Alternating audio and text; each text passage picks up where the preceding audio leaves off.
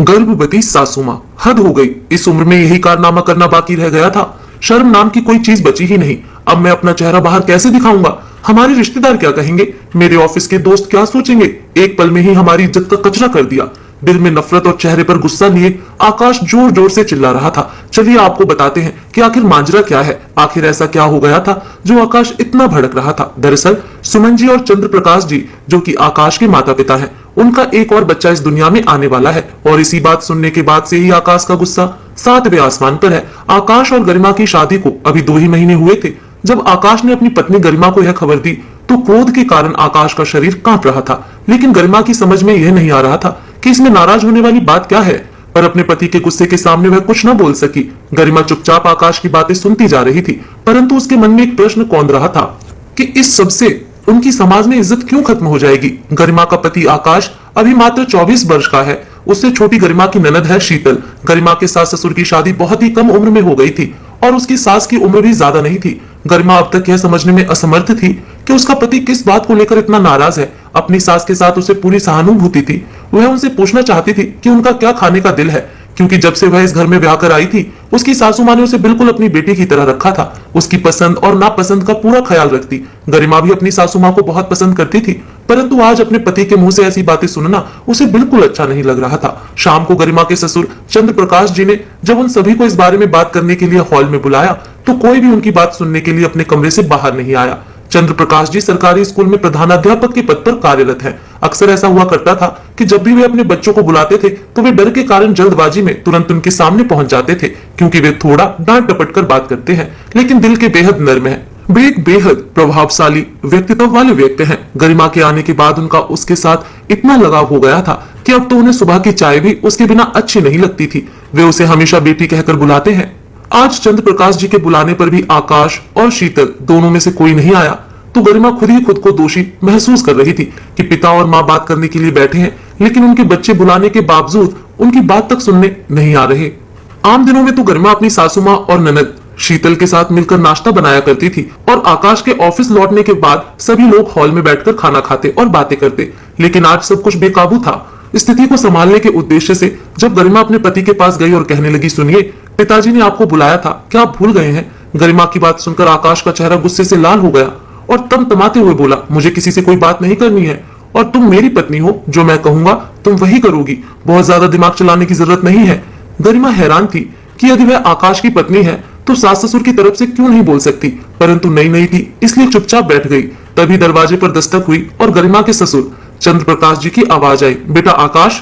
परंतु आकाश ने कोई जवाब नहीं दिया, वह फेसबुक पर व्यस्त था। गरिमा ने दरवाजा खोला और उन्हें अंदर आने को कहा तो चंद्र प्रकाश जी बोले, नहीं बेटी, अभी नहीं, मैं और तुम्हारी माँ तुम लोगों से कुछ बात करना चाहते हैं, हॉल में आ जाओ। ऐसा कहकर वे चले गए। शीतल को छोड़कर बाकी सभी लोग हॉल में पहुंच चुके थे। गरिमा ने उसे कई बार बुलाने की कोशिश की परंतु उसने दरवाजा नहीं खोला और केवल इतना ही कहा कि प्लीज मुझे परेशान मत करो, मैं अकेला रहना चाहती हूँ। हॉल में चंद्र प्रकाश जी अपनी पत्नी के साथ सर झुकाए बैठे थे। सामने आकाश बैठा था और गरिमा उसके पास ही जाकर खड़ी हो गई। सासू माँ का चेहरा देखा तो उसे बहुत तकलीफ हुई। एक ही दिन में उनका सुंदर चेहरा मुरझा गया था। आंखों के नीचे काले घेरे पड़ गए थे। शायद बहुत रोई थी। आज वह पूरा दिन कमरे से बाहर नहीं निकली थी। उनकी हालत देखकर गरिमा को भी रोना आ रहा था। तभी आकाश ने कठोर स्वर में कहा, क्या कहना था आपको? जल्दी कहिए, मुझे काम है। आकाश ने कभी आज तक अपने पिताजी से इस लहजे में बात नहीं की थी। चंद्र प्रकाश जी ने खुद को संभालते हुए धीरे से कहा, तुम लोग तो सब कुछ जानते ही हो। आकाश गुस्से में बोला, जी हाँ जानते हैं, तो अब तुम्हें इस बारे में क्या कहना है?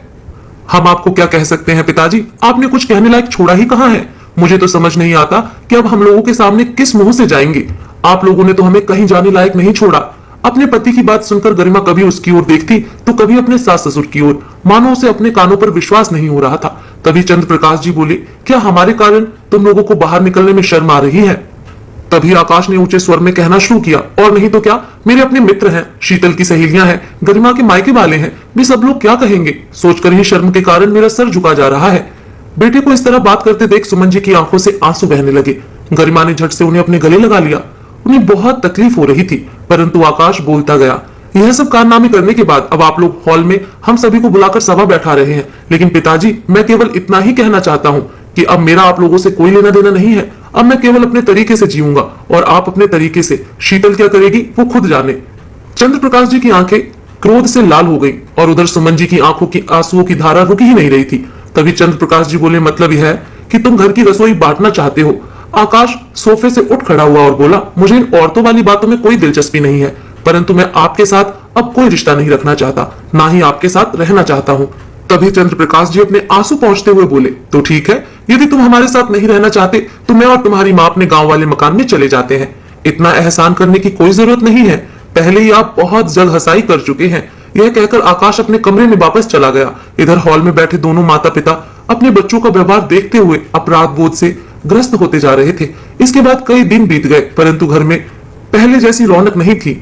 आकाश और शीतल दोनों भाई बहन अपने माता पिता से बात नहीं करते थे, केवल अपने कमरे तक ही सीमित रहते थे। यदि किसी कारण से उनका आमना सामना हो भी जाता तो वे दोनों अपने माता पिता को ही गुस्से और नफरत भरी निगाह से देखते।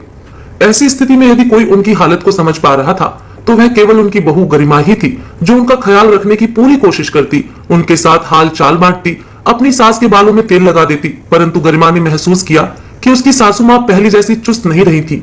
गरिमा और चंद्र प्रकाश जी उन्हें खुश रखने की कोशिश करते, परंतु ज्यादा सफल नहीं हो पाते। आकाश को यह कतई पसंद नहीं था कि गरिमा उसके माता पिता के लिए कुछ करे, इसलिए उसके रहते हुए वह चाहकर भी उनके पास नहीं जा सकती थी। समय बीतते बीतते 7 महीने हो चुके थे। एक दिन अचानक सुमन जी की तबीयत बिगड़ने लगी, पैरों में सूजन आ गई थी, कुछ खा भी नहीं पा रही थी। उल्टियां होने के कारण शरीर इतना कमजोर हो गया कि चल फिर नहीं सकती थी। चंद्र प्रकाश जी को अपनी पत्नी की बहुत चिंता थी, इसलिए वे बिना थके उनकी सेवा में लगे रहते। कभी तो अपनी पत्नी के पैर दबाते, कभी उन्हें अपने हाथों से खिलाते, उल्टी भी हो जाती तो भी साफ कर देते। उनका अपनी पत्नी के प्रति प्यार देखकर गरिमा आश्चर्यचकित सी रह गई, परंतु इतना सब कुछ होने के बावजूद आकाश और उसकी बहन शीतल का दिल बिल्कुल न पसीजा। एक दिन गरिमा के पास उसकी माँ का फोन आया और बोले कि कुछ दिनों के लिए दामाद जी के साथ हमारे यहाँ रहने के लिए आ जाओ। गरिमा ने बड़ी हैरानी से कहा, ये क्या कह रही हो माँ, अपनी सासू माँ को ऐसी हालत में छोड़कर मैं कैसे आ सकती हूँ? गरिमा, तुम्हारा दिमाग तो खराब नहीं हो गया? अब तुम अपनी सास की सेवा करोगी और उसके बाद उनका बच्चा भी पालोगी। तुम्हारा अपना भी तो परिवार है, उसके बारे में तो कुछ सोचो। परंतु माँ, तुमने ही मुझे हमेशा समझाया है कि मेरा ससुराल ही अब मेरा परिवार है, तो फिर आज ऐसी बातें क्यों? मुझे केवल इतना मालूम है कि आज मेरी सास को मेरी जरूरत है, तो मैं उनके साथ खड़ी रहूंगी। इतना कहकर गरिमा ने माँ की कोई और बात सुने बिना फोन रख दिया। अक्सर आस पड़ोस वाले उन लोगों का हंसी मजाक बनाया करते थे। एक दिन बगल वाली आंटी ने गरिमा को देखते हुए कहा, एक बात तो बताओ बहू, क्या तुम्हारी सास का पांव भारी है? तभी गरिमा ने अपने आप को शांत करते हुए कहा, सही सुनाया आपने आंटी। इस उम्र में यह सब कारनामे कहते हुए आंटी हंसने लगी तो गरिमा ने उनकी ओर देखते हुए मुस्कुराते हुए कहा, एक बात बताइए, इस उम्र में पति का प्यार कितनी पत्नियों को मिलता है? फिर मेरी सासू माँ तो इस मामले में बड़ी भाग्यशाली हुई। ऐसा कहते हुए गरिमा जाने लगी तो पीछे से आवाज आई, लगता है सासू माँ के प्यार का रंग कुछ ज्यादा ही चढ़ गया है तुम पर। तभी उनके पास खड़ी एक और औरत ने भी कहा, यह दिन देखने ही बाकी रह गए थे। गरिमा को उनकी बातें सुनकर गुस्सा चढ़ा, परंतु किसी बात का जवाब न देते हुए घर लौटना ही बेहतर समझा। आज बहुत तेज बरसात हो रही थी तो गरिमा ने सोचा कि इस बरसात में गर्मा गर्म छोले पूरी सबको अच्छे लगेंगे। खास तौर पर उसकी सासू माँ और उसके पति आकाश के वह फेवरेट थे। आज गरिमा ठान चुकी थी कि वह परिवार के सभी सदस्यों को एक साथ खाने की मेज पर बिठाकर खाना परोसेगी। आज आकाश और शीतल को भी सख्ती दिखाकर उन्हें उनके माता पिता के पास बैठाएगी। अभी यह सब सोचकर थोड़ी सी मुस्कुराहट उसके चेहरे पर आई ही थी कि अचानक चंद्र प्रकाश जी रसोई घर में आए और बोले, बेटी हमारे कमरे में आना, तो लगता है तुम्हारी माँ की तबीयत ठीक नहीं है। माँ को क्या हुआ पिताजी? कहते हुए गरिमा डरी सहमी उनके कमरे की ओर दौड़ी। देखा तो उसकी सासू माँ बिस्तर पर पड़ी हुई दर्द से करहा रही थी और जोर जोर से भगवान का नाम लेती जा रही थी। वह पसीने से भीग चुकी थी। डर के मारे गरिमा के हाथ पैर कांपने लगे। उसे समझ नहीं आ रहा था कि क्या करे, क्योंकि इस मामले में उसे कोई अनुभव नहीं था। दौड़कर सासू माँ का हाथ पकड़ा और बोली, क्या बहुत तकलीफ हो रही है माँ? हम आपको कुछ नहीं होने देंगे, हम अभी आपको अस्पताल लेकर जाते हैं, आप बस भगवान को याद करो।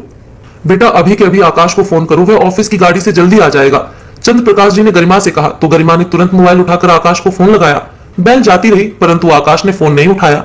न जाने कितनी बार उसने फोन लगाया, लेकिन दूसरी ओर से कोई जवाब नहीं मिल रहा था। घबराकर गरिमा ने शीतल के कमरे का दरवाजा खटखटाया। शीतल जल्दी आओ, माँ की हालत बिगड़ गई है। यह बात सुनकर शीतल बहुत डर गई और पूछा, क्या हुआ भाभी? परंतु गरिमा हड़बड़ाहट में कुछ बोल ही नहीं पा रही थी। बस इतना ही कह पाई कि माँ की तबीयत खराब है, तुम्हारे भैया को फोन किया तो उठा ही नहीं रहे हैं। यह सुनते ही शीतल अपनी माँ के कमरे की ओर दौड़ी। देखा तो पिताजी उनके पैरों के तलवे की मालिश कर रहे थे और गरिमा को देखते ही बोले, आकाश ने क्या कहा बिटिया? क्या वह आ रहा है? नहीं पिताजी, वह फोन नहीं उठा रहे। तभी चंद्र प्रकाश जी बिना कुछ कहे जल्दी से अपना कुर्ता पहनकर बाहर निकल गए। कहाँ जा रहे हैं पिताजी? गरिमा ने पूछा तो वह बोले, ऑटो रिक्शा ढूंढने जाता हूँ। तुम यही अपनी माँ का ख्याल रखो। लेकिन पिताजी, बाहर तो तेज बारिश है। पर बेटी, मेरे पास कोई और चारा नहीं है। ऐसा कहते हुए उन्होंने अपनी भींगी आंखें पोंछी और तेजी से बाहर निकल गए। इधर गरिमा और शीतल माँ का ख्याल रखने लगे। गरिमा ने देखा कि उसकी सासू माँ जोर जोर से कांप रही थी। तभी पास में बैठी शीतल रोने लगी। गरिमा ने उसके सर पर प्यार भरा हाथ रखा तो उसने उसे तुरंत गले से लगा लिया और फूट फूट कर रोने लगी। भाभी, मैंने अपनी माँ के साथ बहुत गलत व्यवहार किया, परंतु आज मुझे उनकी यह हालत देखकर खुद से ही घृणा हो रही है। माँ की इस हालत की जिम्मेदार केवल मैं हूँ। भाभी, क्या वह हमें माफ कर देंगी? बताओ ना, वह पहले की तरह स्वस्थ हो जाएंगी ना? तभी गरिमा बोली, भगवान सब ठीक करेंगे, तुम केवल उनसे प्रार्थना करो कि वह माँ को जल्दी स्वस्थ कर दे। इस समय सुमन जी ने शीतल को अपने पास बुलाया। शीतल एक छोटे बच्चों की तरह उनके पास अपना सिर रखकर रोने लगी। सुमन जी ने इस हालत में भी उसके सिर पर हाथ रखकर थपथपाया। इधर गरिमा अपने पति को फिर से फोन करने लगी, परंतु फोन स्विच ऑफ आ रहा था। तभी गरिमा को ध्यान आया कि उसका मायका उसके ससुराल से ज्यादा दूर नहीं था। उसने तुरंत अपने मायके में फोन किया। माँ, भैया कहाँ है? मेरी सासू माँ की हालत बहुत खराब है, आप भैया को उनकी कार के साथ तुरंत भेज दो, अस्पताल लेकर जाना है। ये बात सुनकर उसकी माँ भी कुछ बेचैन हो गई। फिर कहा, लेकिन तुम्हारा भाई तो आज सुबह ही अपनी कार से शहर के बाहर गया है। गरिमा की यह उम्मीद भी खत्म हो गई। वह तुरंत अपनी सासू माँ के पास दौड़ी। तभी शीतल बोली, भाभी, माँ की हालत बिगड़ती जा रही है। 10 मिनट में ही चंद्र प्रकाश जी वापस लौटे और आते ही कहा, क्या आकाश वापस आ गया है? यह सुनते ही गरिमा ने अपना सर झुका लिया। नहीं पिताजी, उनका फोन स्विच ऑफ है। गरिमा बेटी, मैं ऑटो लेकर आया हूँ, तुम लोग अपनी माँ को सहारा देते हुए सड़क तक लेकर आओ। सब लोग जैसे तैसे सुमन जी को ऑटो तक लेकर गए। चंद्र प्रकाश जी ऑटो ड्राइवर के पास में बैठे थे और वे तीनों ऑटो में पीछे बैठे थे। चंद्र प्रकाश जी बार बार मुड़कर सुमन जी की ओर देख रहे थे। उधर बारिश भी तेज होने लगी। आज न जाने उन्हें छोटा सा रास्ता भी इतना लंबा क्यों लग रहा था। करीब 20 मिनट के बाद जब अस्पताल पहुंचे तो उन्हें तुरंत आपातकालीन विभाग में भर्ती करवाया गया। गरिमा ने अपने ससुर जी को चिंतित देखते हुए उनका हाथ पकड़कर उन्हें कुर्सी पर बिठाया। उधर शीतल अपने पिता के गले लगकर रोने लगी। करीब आधे घंटे बाद डॉक्टर ने उन्हें बताया कि जल्दी से जल्दी सुमन जी का ऑपरेशन करना होगा। अगर तुरंत फैसला नहीं लिया गया तो जान को भी खतरा हो सकता है। यह सुनकर चंद्र प्रकाश जी एकदम खामोश कुर्सी पर बैठे ही रह गए। तभी गरिमा ने उन्हें संभालते हुए कहा, पिताजी, आप हिम्मत रखिए, मुझे पूरा विश्वास है कि सब कुछ ठीक होगा। तभी चंद्र प्रकाश जी ने अपने आंसू पोंछे और उठ खड़े हुए। ठीक है डॉक्टर साहब, आपको जो उचित लगे वह कीजिए, बस मेरी पत्नी की जान बचा लीजिए।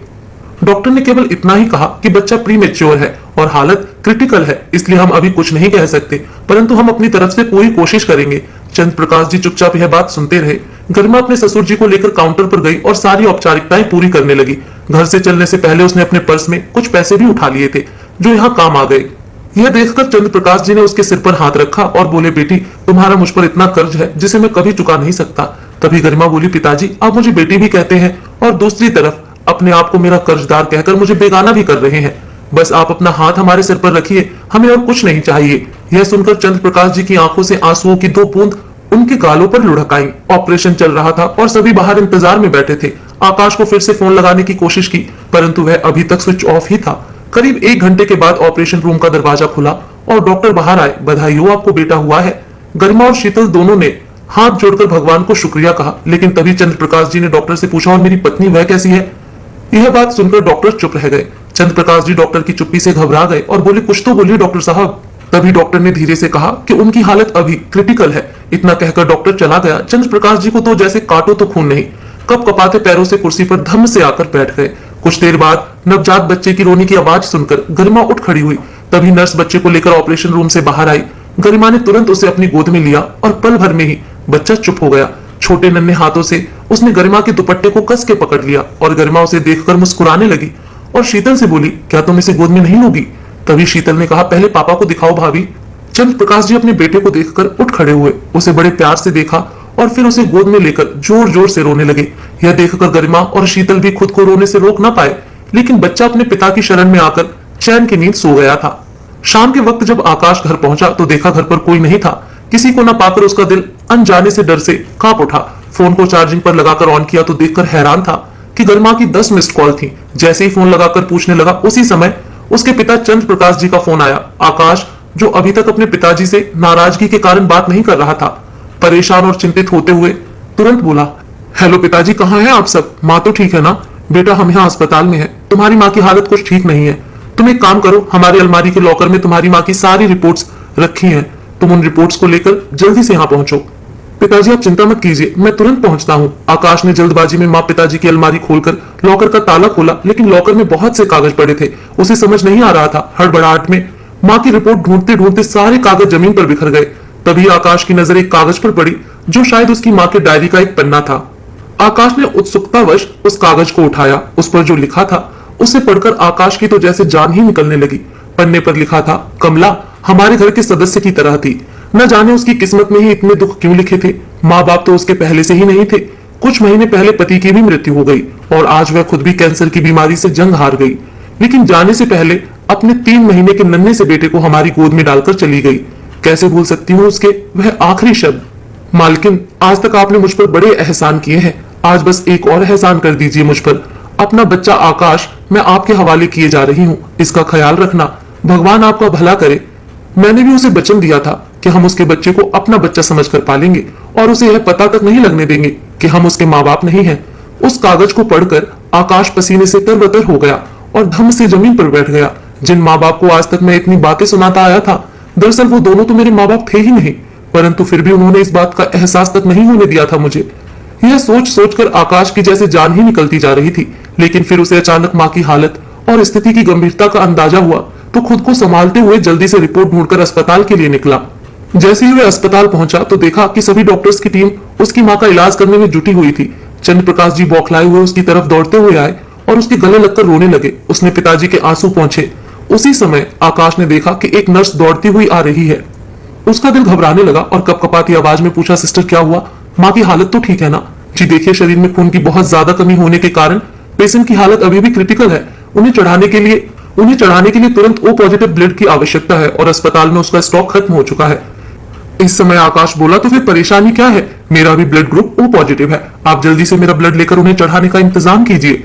जब आकाश ब्लड डोनेट करके केबिन से बाहर आया तो गरिमा के हाथों में नवजात को देखकर उसका दिल करुणा से भर आया। तभी गरिमा ने कहा, क्या इसे उठाएंगे नहीं? उसने नन्हे को अपने हाथों में उठाया और आंसू भरी आंखों से उसे निहारने लगा। कुछ समय उसे लगातार यूं ही देखता रहा। थोड़ी देर बाद जब उन्हें सुमन जी से मिलने की इजाजत मिली तो गरिमा और आकाश माँ से मिलने के लिए गए। नन्हा आकाश के हाथों में था। आकाश को देखते ही सुमन जी के चेहरे पर एक मुस्कान और तसल्ली के भाव उभर आए, लेकिन आकाश अपनी माँ को देखते ही फूट फूट कर रो पड़ा और आत्मग्लानि भरे स्वर में बोला, माँ मुझे माफ कर दीजिए। सुमन जी ने बड़े प्यार से कहा, बेवकूफ लड़के रो मत, मैं तुम्हें हमेशा हंसते हुए देखना चाहती हूँ। फिर इशारे से आकाश और गरिमा को अपने पास बुलाया और उनके सिर पर हाथ रखकर आशीर्वाद दिया। फिर मुन्ने को चूमा और आकाश से बोली, मेरी वजह से तुमने अपना सम्मान खोया है। तुम्हारा गुस्सा मुझ पर है, लेकिन यह मासूम बच्चा तुम्हारा अपना ही है। इसकी कभी उपेक्षा मत करना। मैं इसे तुम्हारे पास छोड़े जा रही हूँ, इसका ध्यान रखना। लापरवाही मत करना, नहीं तो मुझे शांति नहीं मिलेगी। माँ की यह बात सुनकर आकाश का सीना कांप उठा। गरिमा, माँ ये क्या कह रही है? वह हमें छोड़कर कहाँ जाएंगी? माँ, इस बच्चे को मैं अपनी जान से भी ज्यादा ख्याल रखूंगा, आप चिंता मत कीजिए। अब यह आपका नहीं मेरा बेटा है, लेकिन आप हमें छोड़कर जाने की बात नहीं करेंगी, समझिए आप।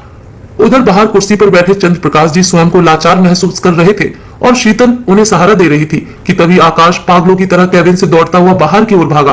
चंद्र प्रकाश जी ने उसे पीछे से पुकारा, लेकिन उसने नहीं सुना। कुछ ही पलों में वह एक डॉक्टर के साथ लौटा। सभी उसके पीछे पीछे गए। डॉक्टर ने सुमन जी को चेक किया और एक गहरी सांस लेते हुए कहा कि सुमन जी अब इस दुनिया में नहीं रही। आकाश अपनी माँ के पास फर्श पर घुटनों पर बैठ गया। अपनी माँ के दोनों पैरों को हाथों से पकड़कर चूमने लगा और चिल्लाया, मुझे माफ कर दो, मैं तुम्हें फिर कभी दुख नहीं पहुंचाऊंगा। तुम इस तरह में छोड़कर मत जाओ माँ। कितनी अजीब बात है ना, जब कोई हमसे बेइंतहा प्यार करता है तो हम उसके प्यार को समझ नहीं पाते, उसकी उपेक्षा करते हैं, लेकिन जब वही शख्स चला जाता है तब हम उसके प्यार की गहराई को समझ पाते हैं। अंत में सुमन जी मौत से जरूर हार गई, लेकिन उनका प्यार जीत गया। तो दोस्तों, आपको ये कहानी कैसी लगी?